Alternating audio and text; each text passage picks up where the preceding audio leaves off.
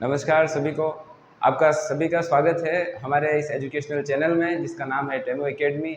और जैसा कि हम फिज़िक्स की क्लासेस पढ़ रहे थे और हमने पिछले वीडियो में डिस्कस किया था कैपेसिटर। हमने उसका इंट्रोडक्शन, जनरल इंट्रोडक्शन क्या होता है कैपेसिटर का, उसके बारे में पढ़ा था। आज हम उसी पर आगे चल करके कैपेसिटेंस की वैल्यू निकालेंगे।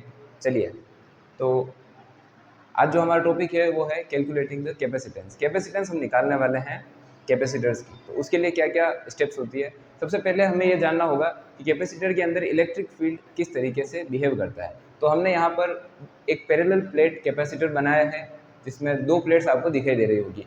इस पूरी प्लेट को हमने पॉजिटिव चार्ज दिया और नीचे वाली प्लेट को नेगेटिव चार्ज दिया। हम चार्ज कैसे करते हैं कैपेसिटर को, ये हम इन दोनों डायग्राम्स में देखेंगे। पहले हम इस डायग्राम को समझते हैं। हम एक बार एज्यूम करते हैं कि हमने पूरे कैपेसिटर को किसी तरीके से चार्ज कर लिया है। इस पूरी प्लेट को पॉजिटिव और सेकेंड वाली प्लेट को नेगेटिव क्यू चार्ज हमने इसको दे दिया है। अब देखिए, हम इलेक्ट्रिक फील्ड को अगर पिक्चर बनाएं तो कैसा बनता है। आपने ये पढ़ रखा होगा कि इलेक्ट्रिक फील्ड की डायरेक्शन पॉजिटिव से नेगेटिव की तरफ होती है। तो अगर इन प्लेट्स को बहुत बड़ा माने हम, तो बीच में आपको इलेक्ट्रिक फील्ड दिखाई दे रहा होगा प्लस से माइनस की तरफ चलती हुई, और सीधी लाइन है और इक्वली स्पेस्ड, बराबर दूरी पर एक जैसी स्ट्रेट लाइन से इलेक्ट्रिक फील्ड की। और हमें ये पता है कि जब इलेक्ट्रिक फील्ड की जो लाइनें हैं अगर ये बराबर दूरी पर हो तो ये दर्शाती है एक यूनिफॉर्म इलेक्ट्रिक फील्ड को। अर्थात इलेक्ट्रिक फील्ड इस पॉइंट पर जितना है उतना इस पॉइंट पर भी, उतना अगले वाले पॉइंट पर भी, और इलेक्ट्रिक फील्ड जो है यूनिफॉर्म है, एक जैसा है अंदर। ठीक है, लेकिन ये बात हर जगह लागू नहीं होगी, क्योंकि आप जैसे ही किनारों पर पहुंचेंगे तो आप एजेस पे ये देखेंगे जो इलेक्ट्रिक फील्ड है वो लाइन है अब यहाँ पर यूनिफॉर्म नहीं है, ये फ्रिंज हो रही है, इस तरीके से मुड़ रही है। और मुड़ना ये दर्शा रहा है कि कहीं कहीं पर तो इलेक्ट्रिक फील्ड लाइंस पास पास है, ज़्यादा डेंस है, यानी इलेक्ट्रिक फील्ड ज़्यादा है इन एजेस पर, किनारों पर, और दूर जाने पे इलेक्ट्रिक फील्ड कमज़ोर हो रहा है। तो एजेस पर इस तरीके का इफेक्ट देखा जाता है। इसलिए जब हम पैरेलल प्लेट कैपेसिटर की कैपेसिटेंस निकालेंगे तब हम बात करेंगे और ऐसा एज्यूम करेंगे कि जो हमारा कैपेसिटर वो बहुत बड़ा है, किसके कंपेरिजन में, दोनों के बीच की दूरी के। अगर दूरी बहुत कम माने और उसकी जो डायमेंशन है, एरिया है, वो बहुत बड़ा माने प्लेटों का, तो हम यूँ सोच सकते हैं अपने आप को बहुत छोटा रख करके अगर हम देखेंगे तो अपने को जो प्लेट्स होगी वो बहुत बड़ी दिखाई देगी, और ऐसे में किनारों का इफेक्ट बहुत कम या नेग्लिजिबल हो जाएगा। तो फर्स्ट तो हमने पिक्चर बनाया इलेक्ट्रिक फील्ड का कैपेसिटर के लिए। अब हम दूसरी बात करते हैं कि कैपेसिटर को हम चार्ज कैसे कर सकते हैं। How can we charge capacitor. So यहाँ पर हमने एक बैटरी बनाई है, पॉजिटिव नेगेटिव टर्मिनल से हमने इस पैरेलल प्लेट कैपेसिटर की दोनों प्लेटों को जोड़ दिया है। एक प्लेट को हम H नाम दे रहे हैं और दूसरी प्लेट को L नाम दे रहे हैं, और हम इसको चार्ज करना शुरू करते हैं। यहाँ पर एक स्विच है, कन्वेंशनल स्विच है, पुराना स्विच है, आजकल ऐसे स्विच यूज़ नहीं होते हैं, पर डायग्राम के लिए ये एक अच्छा तरीका है समझने के लिए। अब देखिए, अब जब आप इस प्लस वाली प्लेट्स को एक वायर के ज़रिए H से और L वाली प्लेट को आप नेगेटिव टर्मिनल से कनेक्ट कर देते हैं, तब क्या होगा, जैसे ये सर्किट पूरा होता है स्विच आप चालू कर देते हैं। स्विच चालू करते ही इस प्लस के अंदर से इलेक्ट्रॉन्स ड्रॉ होते हैं, ये प्लस इलेक्ट्रॉन खींचता है और माइनस के अंदर से इलेक्ट्रॉन्स निकलते हैं। तो प्लस वाला जो टर्मिनल है, क्योंकि प्लस माइनस को खींचता है अपनी तरफ, तो इस वाली प्लेट पर जितने भी इलेक्ट्रॉन्स होंगे उसमें से अधिकांश इलेक्ट्रॉन प्लस वाला जो टर्मिनल है अपनी तरफ खींच लेगा, और उस वजह से ये इलेक्ट्रॉन्स, ये वाली प्लेट इलेक्ट्रॉन की डिप्राइव हो जाएगी, वंचित हो जाएगी इलेक्ट्रॉन से, और इस पर आ जाएगा नेगेटिव चार्ज। मान लीजिए इस पर इस पर पॉजिटिव चार्ज आ जाएगा, क्योंकि इलेक्ट्रॉन इसके खींच लिए गए हैं तो प्लस चार्ज बचेगा। मान लीजिए इस पर 2 प्लस चार्ज आया, तो उसी के साथ माइनस वाले टर्मिनल से इलेक्ट्रॉन इस प्लेट पर इकट्ठे होते जाएंगे, डिपॉजिट होते जाएंगे। तो जितना पॉजिटिव चार्ज इस प्लेट पर आएगा उतना ही नेगेटिव चार्ज इस वाली प्लेट पर भी आना शुरू होगा, और जैसे जैसे इस पर चार्ज डेवलप होना शुरू होगा वैसे वैसे इसके दोनों टर्मिनल के बीच में, कैपेसिटर के दोनों प्लेटों के बीच में पोटेंशियल डिफरेंस भी बढ़ना शुरू होगा। मान लीजिए इस बैटरी के दोनों सिरों के बीच में V पोटेंशियल डिफरेंस है, तब इस पर तब तक ही चार्ज डिपॉजिट होगा, तब तक ये चार्ज होता जाएगा जब तक इसका पोटेंशियल बढ़ते हुए इस बैटरी के बराबर ना हो जाए। बैटरी के बराबर जब इसका पोटेंशियल पहुंच जाएगा, और ये बहुत स्लो प्रोसेस है, एक्सपोनेंशियल प्रोसेस है, और ऐसा होने के बाद जो है हमारा कैपेसिटर फुल्ली चार्ज कहा जाएगा। इससे ज़्यादा चार्ज नहीं हो सकता। बैटरी अपने पोटेंशियल से ज़्यादा पोटेंशियल तक इस कैपेसिटर को चार्ज नहीं कर सकती। दोनों का पोटेंशियल बराबर हो जाएगा तब हम कहेंगे capacitor is fully charge now. और हम हमेशा इस तरीके से बड़ी बैटरी और ये सब नहीं बनाते हैं, इन सब के लिए हमने सिम्बल्स बना रखे हैं। तो इस तरीके से हम सिम्बल्स यूज़ करते हैं। कैपेसिटर में 2 इक्वल साइज़ की प्लेट बनाते हैं, और बैटरी में एक प्लेट बड़ी और दूसरी छोटी होती है। बड़ी प्लेट पॉजिटिव और छोटी वाली प्लेट नेगेटिव टर्मिनल को शो करती है, और कैपेसिटर में दोनों प्लेट्स बराबर होती है। ये दोनों का डिफरेंस है, और स्विच का इस तरीके का सिंबल होता है। हम इस तरीके से अब जब भी हम इलेक्ट्रिक सर्किट्स बनाएंगे तब हम सिंबल्स का यूज़ करते हुए सर्किट बनाएंगे। अब देखिए आगे का काम करते हैं हम देखते हैं कि अब डिराइवेशन वाले पार्ट पर आते हैं कि कैपेसिटेंस की वैल्यू हम कैसे कैलकुलेट कर सकते हैं। फर्स्ट बात तो आपको 3 स्टेप्स कुल मिला के ध्यान रखनी है। फर्स्ट स्टेप में आपको ये करना है, आपको मान लेना है कि आपने कैपेसिटर को चार्ज कर लिया है, और हम उस पर एज्यूम चार्ज Q, हम Q चार्ज एज्यूम करेंगे कैपेसिटर के ऊपर। हमने मान लिया Q चार्ज से हमने इस कैपेसिटर को चार्ज कर दिया है। फिर सेकेंड स्टेप में हम ये करेंगे, हम इलेक्ट्रिक फील्ड कैलकुलेट करेंगे दोनों प्लेटों के बीच में। हम ये कैलकुलेट करेंगे कि इन दोनों प्लेटों के बीच में ई फील्ड कितना है, इसकी वैल्यू हमको डिटरमाइन करनी पड़ेगी, और उसके लिए हमें गॉस लॉ लगाना पड़ेगा। तो आपको गॉस लॉ अगर नहीं पढ़ रखा हो तो मैं आपको और आगे इसमें थोड़ा सा डिस्कस कर लेंगे अपन, लेकिन आपको पढ़ लेना चाहिए ताकि वो हमारे लिए एक स्ट्रॉन्ग बैकग्राउंड होगा। सो गॉस लॉ का यूज़ करके हम कैलकुलेट करेंगे। So using Gauss law calculate electric field between the plates। सो दोनों प्लेट्स के बीच में हम इलेक्ट्रिक फील्ड का कैलकुलेशन करेंगे गॉस लॉ का यूज़ करके सेकेंड स्टेप में। और जब हमारे पास इलेक्ट्रिक फील्ड आ जाए तब तीसरी स्टेप होगी कैलकुलेट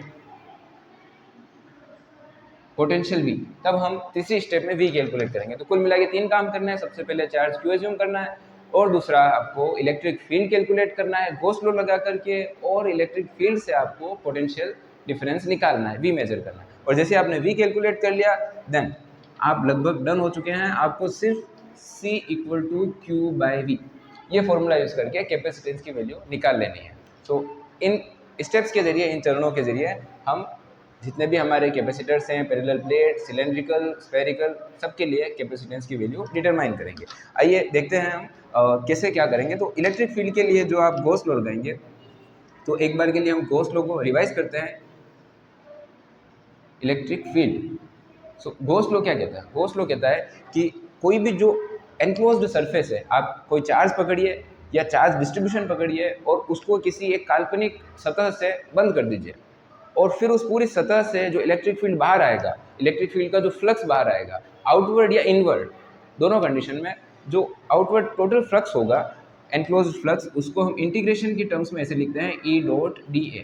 ये बता रहा है कि इलेक्ट्रिक फील्ड का कितना फ्लो या फ्लक्स बाहर आ रहा है, और ये जो फ्लो है ये इक्वल होता है अंदर कितना चार्ज एनक्लोज्ड है divided by epsilon not. Epsilon not permittivity है वैक्यूम की। सो यहाँ से आप Q की वैल्यू कैलकुलेट कर सकते हैं। आप एप्सिलॉन नॉट का इधर मल्टीप्लिकेशन करेंगे तो आपको मिलेगा एप्सिलॉन नॉट इंटीग्रल E.dA। सो ये जो है ये है हमारा गॉस लॉ, और ये वाला जो पार्ट है ये क्या शो कर रहा है? ये फ्लक्स को शो कर रहा है, इलेक्ट्रिक फील्ड के फ्लक्स को by enclosed by the Gaussian surface. Gaussian surface से कितना इलेक्ट्रिक फील्ड है ये उसको शो कर रहा है। तो गॉस लॉ का रिवीजन होने के बाद अब हम सेकेंड स्टेप पर आते हैं, जो कि है calculating potential difference. So potential difference कैसे कैलकुलेट करेंगे, उसमें क्या चीज़ आपको ध्यान रखनी पड़ेगी? Potential difference.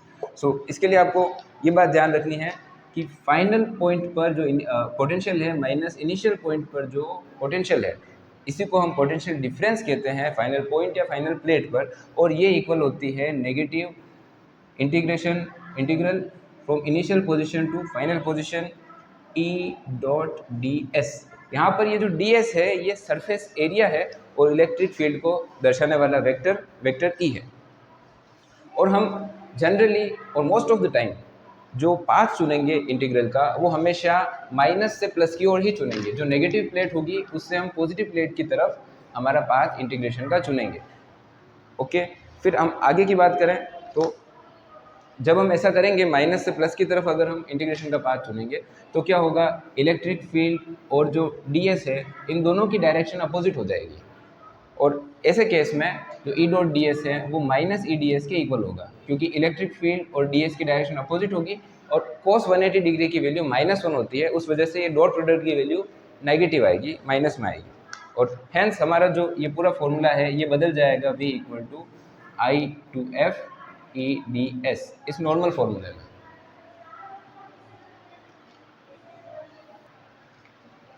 बच्चों आप इसका स्क्रीनशॉट ले लीजिए ताकि हम फिर आगे का पढ़ाई कर सकें। ठीक है,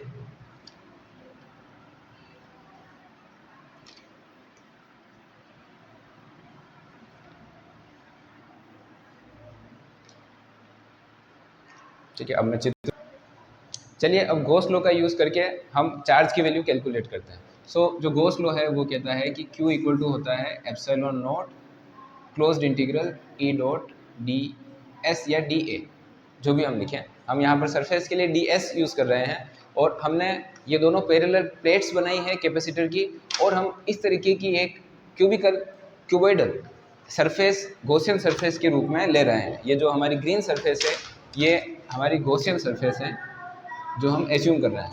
अब देखिए यहाँ पर कितनी सारी सरफेसेस हैं। एक सरफेस के नीचे है, दो साइड सरफेसेस है और एक अपर है।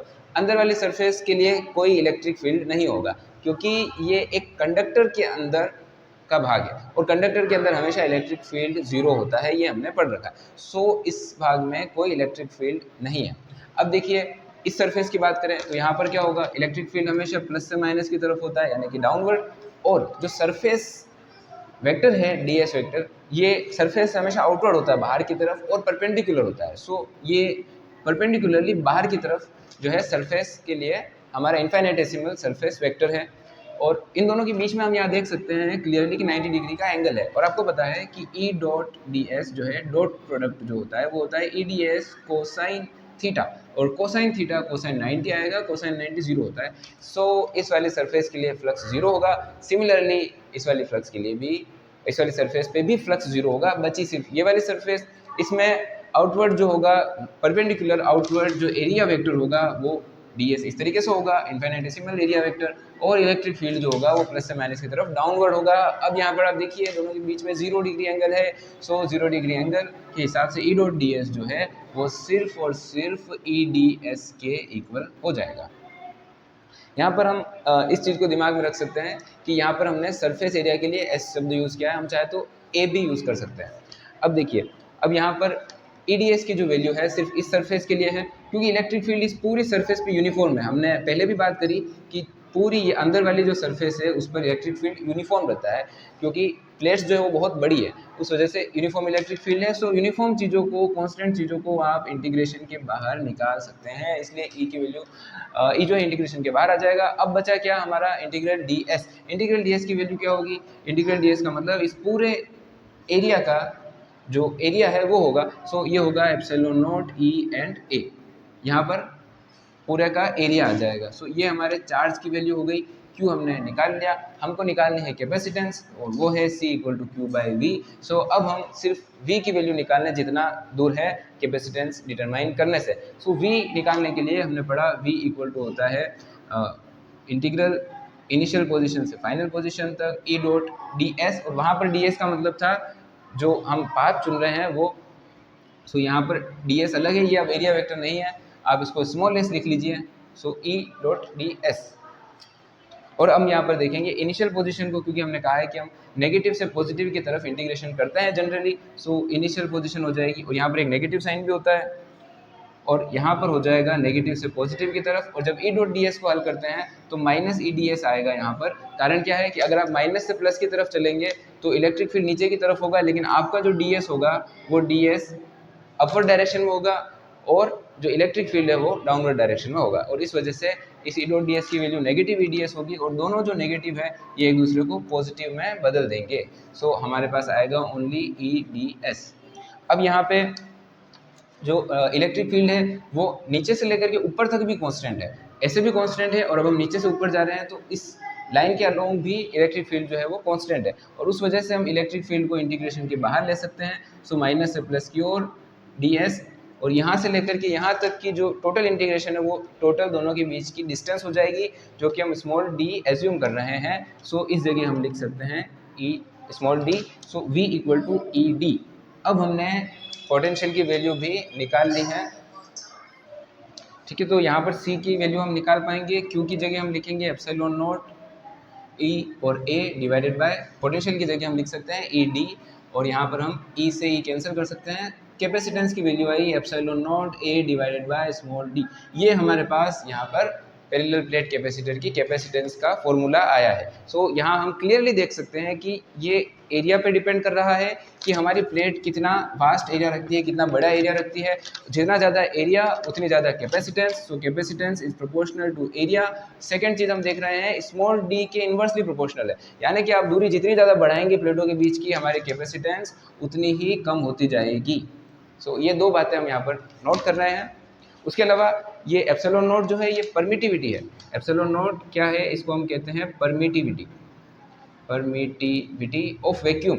अगर हमने कोई मीडियम नहीं रख रखा है, अंदर कोई भी चीज़ भरी हुई नहीं है, सिर्फ वैक्यूम है, सो ये जो चीज़ होगी ये परमिटिविटी ऑफ वैक्यूम कहलाएगी। और इसकी वैल्यू होती है 8.85 इंटू 10⁻⁻12